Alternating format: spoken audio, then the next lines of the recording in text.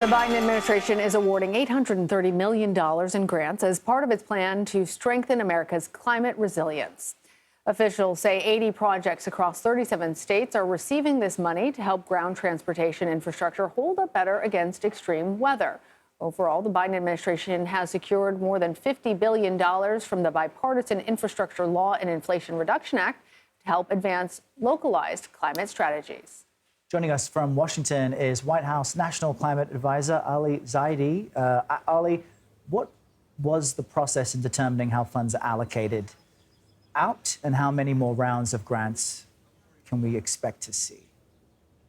You know, this is such an exciting program secured for the first time as part of the president's bipartisan infrastructure law.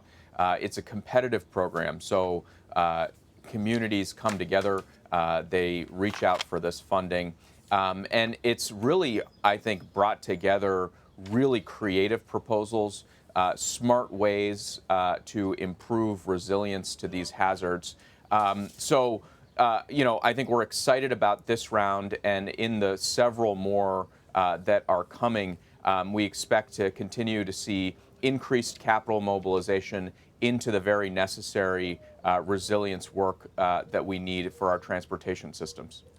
Let's talk about the EPA's new regulations on PFAS. Critics argue that it doesn't go far enough because there are more than 15,000 PFAS chemicals. Only 6 are now being regulated.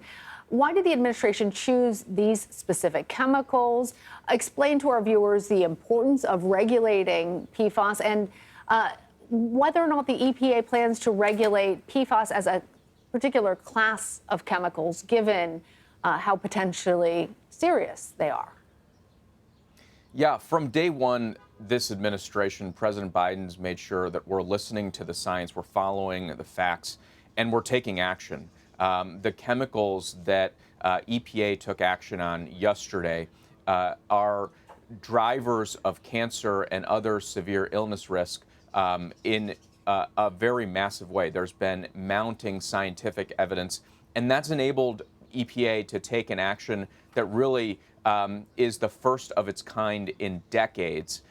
So I think this is a big stride forward for the 100 million or so Americans who have exposure to this class of chemicals, the sort of most potent, most ubiquitous. This is a big step forward, and it will help drive the sort of monitoring work and the infrastructure upgrades in our water systems that are necessary to help keep people safe and healthy. The Biden administration has been the target of a lot of climate protests by various groups arguing the president has actually expanded fossil fuel interests and done so too much. Talk to me about that pressure and how much it may have influenced the pause on liquid natural gas, LNG. You know, from day one of this administration, when the president signed us back into the Paris Agreement, proposed sweeping climate legislation that he was able to enact both on a bipartisan basis, investment into things like resilience, as you just talked about, and then on a party line vote, the largest investment in clean energy in the history of the world. I think this president has an unambiguous and strong record when it comes to climate, unparalleled in U.S. history.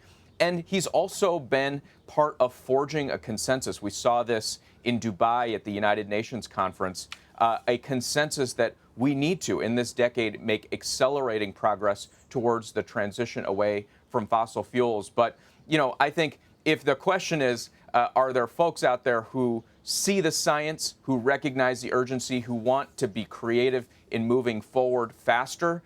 There are, and we are partners with them. All right, Ali Zaidi, thank you. Thank you.